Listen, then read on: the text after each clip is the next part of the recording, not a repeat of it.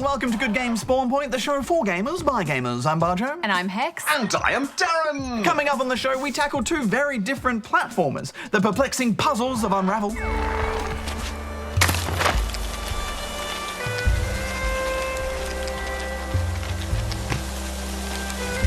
and the sci-fi weirdness of Cobalt.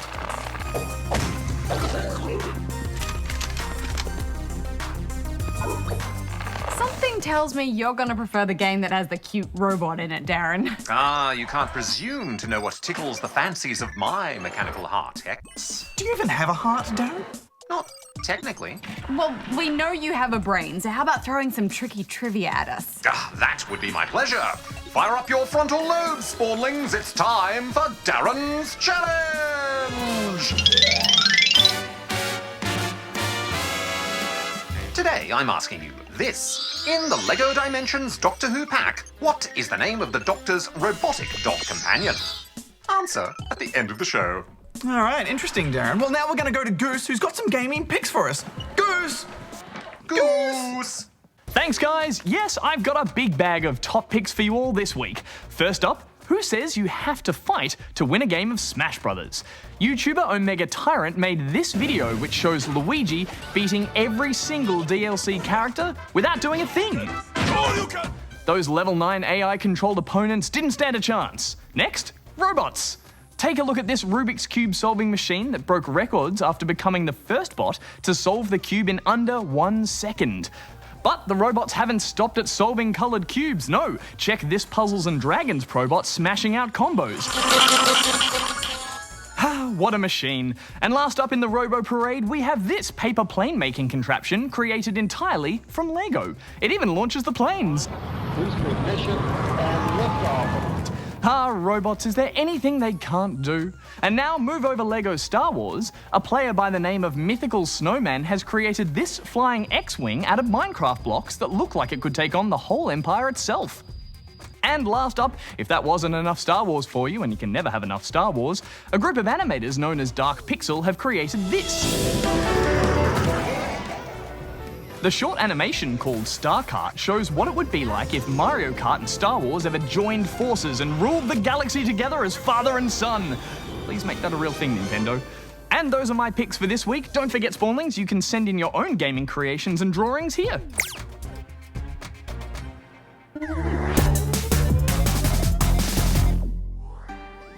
Unravel is a new puzzle platformer from a small game studio in northern Sweden called Coldwood Interactive. It stars Yanni, a tiny, red doll-like character who is literally made from a spool of yarn. And it's this yarn which he uses to explore and manipulate the environment.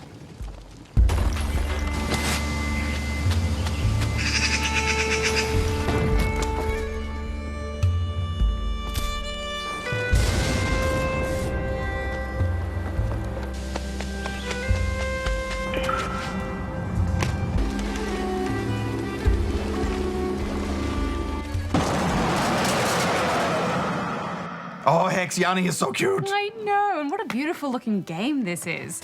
Gorgeous natural backgrounds alive with bugs and birds. It's so charming and really fun to explore. Yanni can throw his yarn like a lasso to swing from point to point. He can build taut bridges that work like trampolines, and latch onto objects to yank levers or to pull on branches. And all these skills come together to work as the solution to a number of increasingly difficult puzzles. Yeah, I thought the puzzles were really intelligent and creative. Along with a very clever use of the yarn, Yanni can push or pull small items around, which might work as a step up to something or a counterweight. Plus, some things float to help Yanni get across water, which is really helpful because Yanni and water do not mix. No.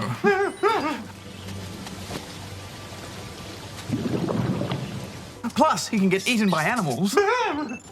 Or just take a bad fall and be thrown back to the last checkpoint. You do need to experiment a lot to solve these puzzles, and you know, guys, I get a little frustrated at times having to do them over and over again. I know what you mean, but I never wanted to put the controller down, Bajo. Even if I got stuck for a bit with a tricky solution, I always wanted to make progress onto the next puzzle. I found it a really good level of challenge overall. Not too easy, but not too hard either. There is also a bit of a story to Yanni's adventure. As you complete each stage, you reawaken a family's memories, unlocking pictures in a photo album. It's like his yarn is a thread of friendship and love woven through the years. Oh, that's so sweet, Darren. Hang on a sec, is that a tear, Darren? Negative, I'm just leaking a spot of battery acid. The game does have a very warm, heartfelt feel to it. In fact, there is a message from the devs about how much the game means to them. And that they hope we'll all enjoy it too. And I'm glad to say I did. Ultimately, this isn't a game that you really play for the story, though. It really is all about solving the jumping and object-based puzzles. And while they are mostly great, you might wish the game had a bit more meat to it. According to my calculation of average playthroughs, Unravel will provide about 5 to 6 hours of fun. Right, once you've solved all the puzzles, it's not really the sort of game that you go back to after finishing it. Yeah, I mean, I can see that, Bajo, but I also think it's a really lovely experience while it lasts. And I love that it has a deeper emotional meaning as well. So I'm giving it 4 out of 5 rubber chickens. I'm giving it 3 out of 5 rubber chickens. Now it's time for some superb gaming tips, thanks to me. Oh, and Goose as well. Goose helped.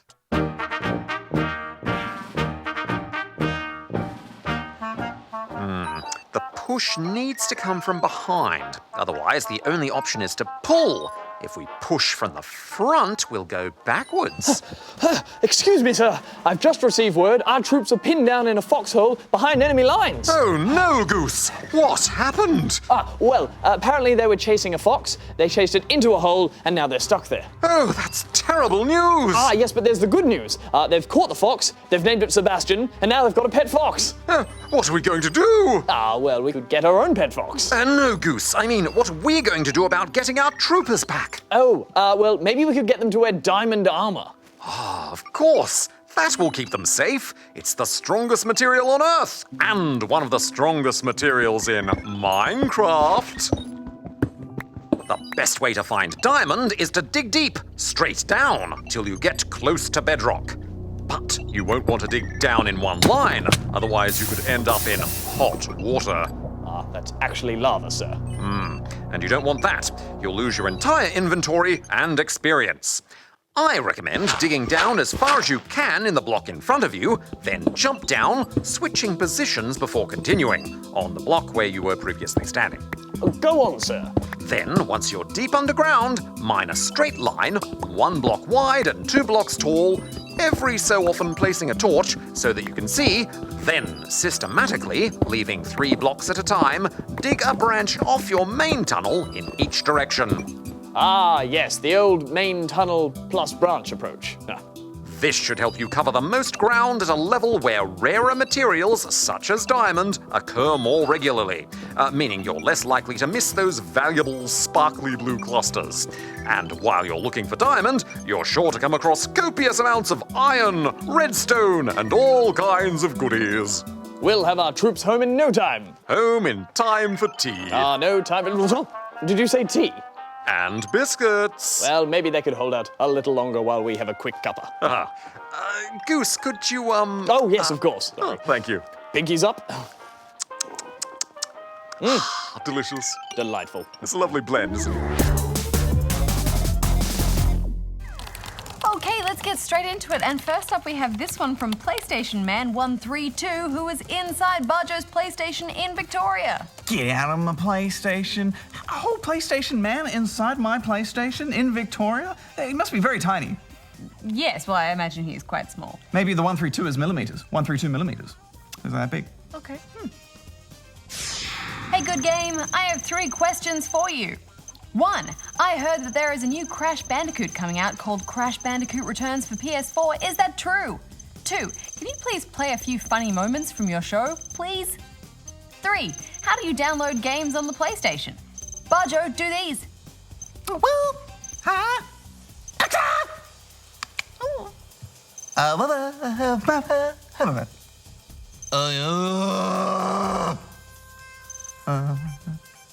Thanks. Bajo is my leader. He is awesome. Well, PlayStation Man, sadly, no, that is not true. Crash Bandicoot Returns was just a fan-made mod that was never released. And sadly, there haven't been any new Crash games officially announced. I thought I heard recently, though, that some toy company accidentally revealed that Sony was working on a new Crash and they were making toys for it. Well, that's a juicy rumour, Hex. That's full of juice. Let's get Darren on the case. See if he's got any goss. It's ringing. Hello, Bajo. How are you? Hi, Darren. I'm good. How are you? Oh, well, it's a long story, so... Oh, okay. Maybe you can save that for later. For now, we were just wondering if you had any insider information about a new Crash Bandicoot game. Apparently, some toy company leaked that there's a new one in the works. Oh, well, yes, that did happen. Sort of. Randy Falk, who's the director of product development of a toy company, said this in an interview. And looking at some of their other titles, I see they're bringing Crash Bandicoot back, which is really cool. So, yeah. Sadly, though, a representative has since clarified that the company is not making new Crash toys. And apparently, Mr. Falk had simply seen a faked fan image and mistakenly thought that they were bringing the franchise back. I don't know, though. Maybe it sounds like they're just trying to cover it all back up after accidentally letting the cat out of the bag, It's a cover-up. Or you could say letting the Crash out of the bag. Oh, I see what you did there, Bajo. Or you could say letting the Bandicoot out of the bag. Or you could say... All right, that's enough. Well, Hex, that is a possibility. And the rumour mill has certainly been swirling with hints of a new Crash game for a while now. We recently saw an official PlayStation Twitter account posted this, which translates to, Most Wanted Person, Where Are You, Crash? And we saw the head of PlayStation, Sean Layden, don a Crash t-shirt at the latest PlayStation Experience conference. So clearly, he's a Crash fan. So you think maybe we will see a new Crash announced at E3 this year? Oh, just use your sick time travel skills, Darren. Go to E3, come back and give us the inside scoop. You know the Time Lords wouldn't allow that, Bajo.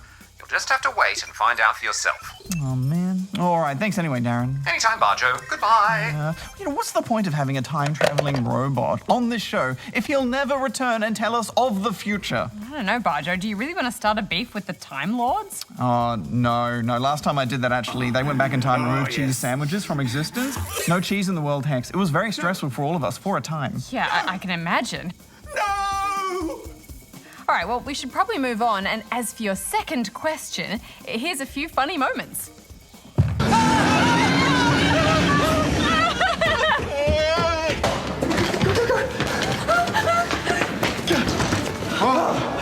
think we'll be safe out here. Yeah, as long as it doesn't learn how to open a door.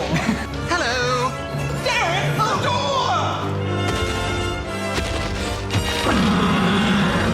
door! The new Bray will be completed on schedule. You have done well, my young apprentice. Thank you, my master. All right, what we got?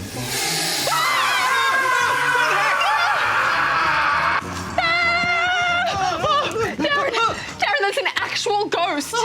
Oh, don't worry. It was just a hologram. Lasers aren't my only specialty, you know. And as for how you download games on your PS4, well, just connect it to the internet through Wi-Fi or an Ethernet cable. Then simply go to the PlayStation Store and find the game you want to download and buy it. You will need a grown-up to help you pay for it, though. All right, well, next up today we have this one from Octavius, who is in Faraday, Victoria. Hi, Good Game SP. I have a few questions.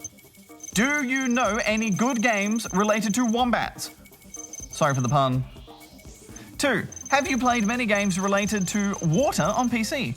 I have most Nintendo consoles, Nintendo 64, original Game Boy, limited edition Mario DS, normal grey DS, Wii U, and the new 3DS. I also have a PC. I am 10. Hex, can you do these? Ooh.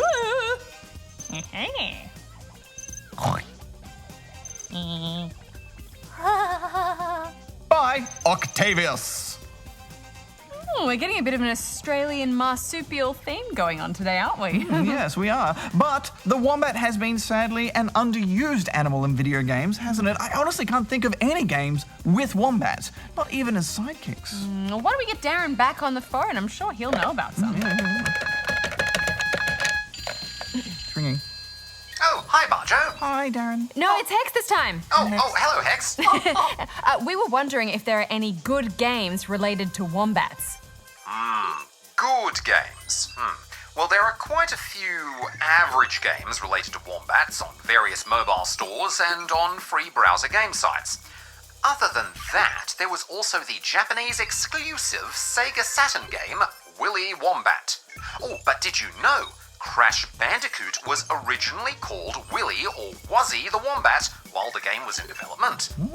You know, as cool as wombats are, I think changing him to Crash Bandicoot was probably the best option. Yeah, but how come they changed it, Darren?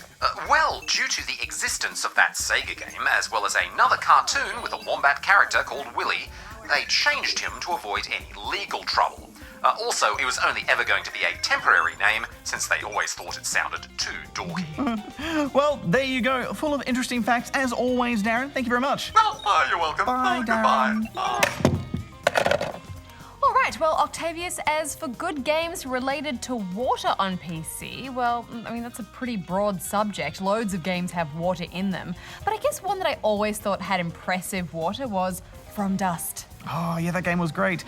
I know this isn't a game, but there was a tech demo released last year for a technology called Flex, where you could play with water and fabrics, and it looks so cool. You could make the water all jelly and tear up flags and stuff. Playing with that was honestly more fun than most games out there. Well, the good thing about tech demos is that they usually show off technology that games will be using in the future, so no doubt we will see some games using that kind of stuff really soon. But let's move on to this one now from the Queen of Gaming, who is in the gaming kingdom in South Australia. Such royalty, Hex. I know. What a royalty people watch the show. Gaming royalty specifically in this country. Hi guys, so I have a 2DS and it says to close the DS without turning it off so I get free coins. But you can't close a 2DS. Can you help me? P.S. Hex is awesome. Bajo is okay and Darren is a nude. P.P.S. If you don't answer, I will throw you in my gaming dungeon of gaming and you will be forced to play the worst games in the world! That sounds awful, Hex! Okay, yes, we will answer your gaming highness.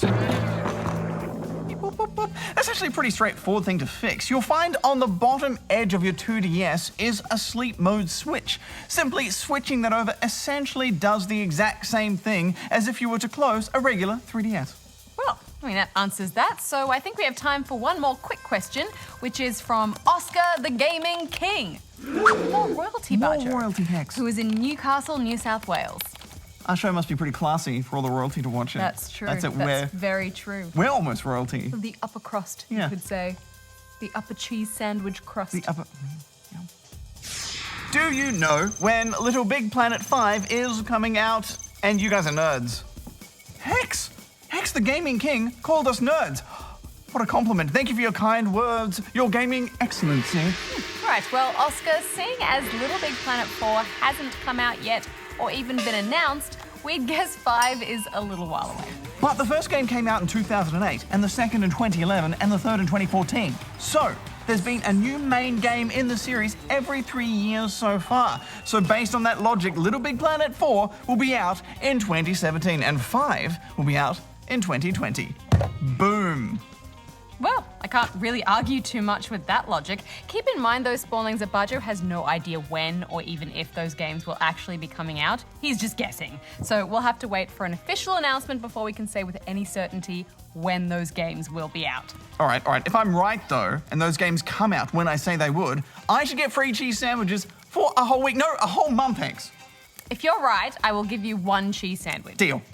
All right, well, on that note, we're out of time for this week. And if you'd like to ask us something, then you can go here and send in your question. Do you ever put anything in your cheese sandwiches different besides cheese? Like a bit of tomato? Burns my mouth. I put a bit of butter on the outside so that when you toast it, it gets nice and crispy and that is golden. nice. Yeah. Hot tip.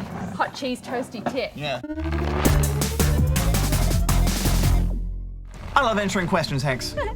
Here's a fun question for you then. What is Cobalt? Oh, an animated dog from 1995. That's Balto. A naturally occurring element with the atomic number of 27? Technically correct, but no. Cobalt is an action side-scroller from Oxeye Game Studio and published by Minecraft creators Mojang.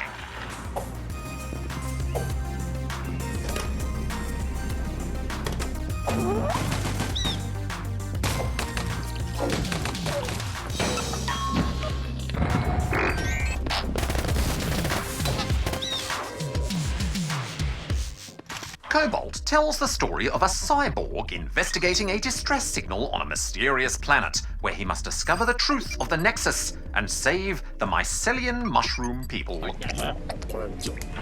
Yes, the story mode has you running through a bunch of neon landscapes, destroying enemy robots with an expansive variety of weaponry, including guns, bombs, and melee items such as shovels and pickaxes. It's a large world to explore too. Full of weird machinery, secrets to uncover, and the odd puzzle. There really is a lot to do in this game. Even I, with an infinite computational knowledge of all things, found it a little overwhelming. Taming giant space hamsters, defensive combat roles, lockpicking, safe breaking and hacking. Then there's rune finding, talking to townsfolk, and using computers without any form of instruction as to how or why. Yeah, and I found the lack of instruction really frustrating, Bajo. There was one point where I found some mushroom allies locked in a prison. Some died before I can get there, and the rest after I freed them. I mean, was I supposed to free them? Take them somewhere? Where would they go? I mean, who knows, because the game didn't tell me. All it needed was a bit of clarity in the instructions. That's true, Darren. After a while, you do get used to it and things start to make more sense. Yeah, I actually hated this game for the first 3 hours. The enemies are super strong, and you run out of ammo very quickly. I was just dying over and over. It does have a steep learning curve. Cobalt calls itself a fast-paced action side-scroller. But slowing down and taking the time to sneak up on your enemies and actually avoid confrontation will really help avoid that hair-pulling. Story mode is only one small part of the Cobalt experience. There's online and localized multiplayer, as well as 6 different arcade modes. Capture the Plug, Team Strike, Survival Mode, Death Matches, and the Speed and Combat Challenges. The arcade mode was a lot of fun. The smooth, slick controls and time-slowing mechanics are interesting and enjoyable. And with the simplified setting of the arcade arena, they really got a chance to shine with some fast-paced and varied action.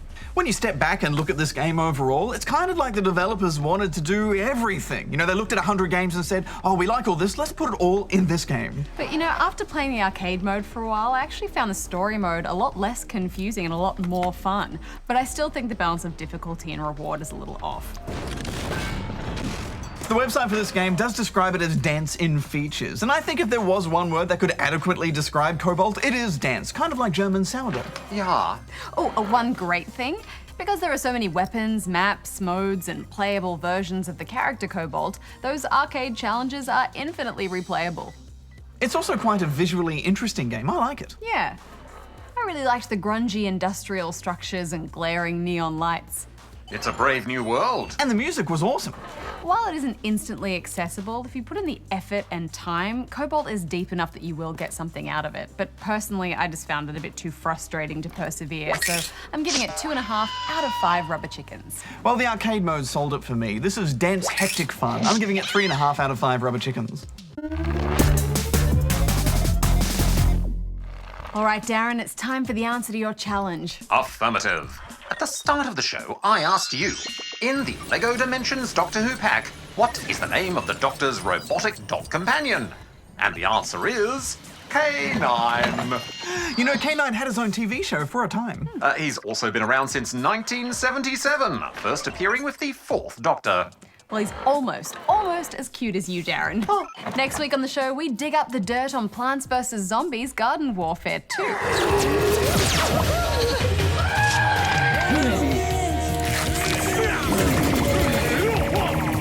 We also check out Gravity Rush Remastered.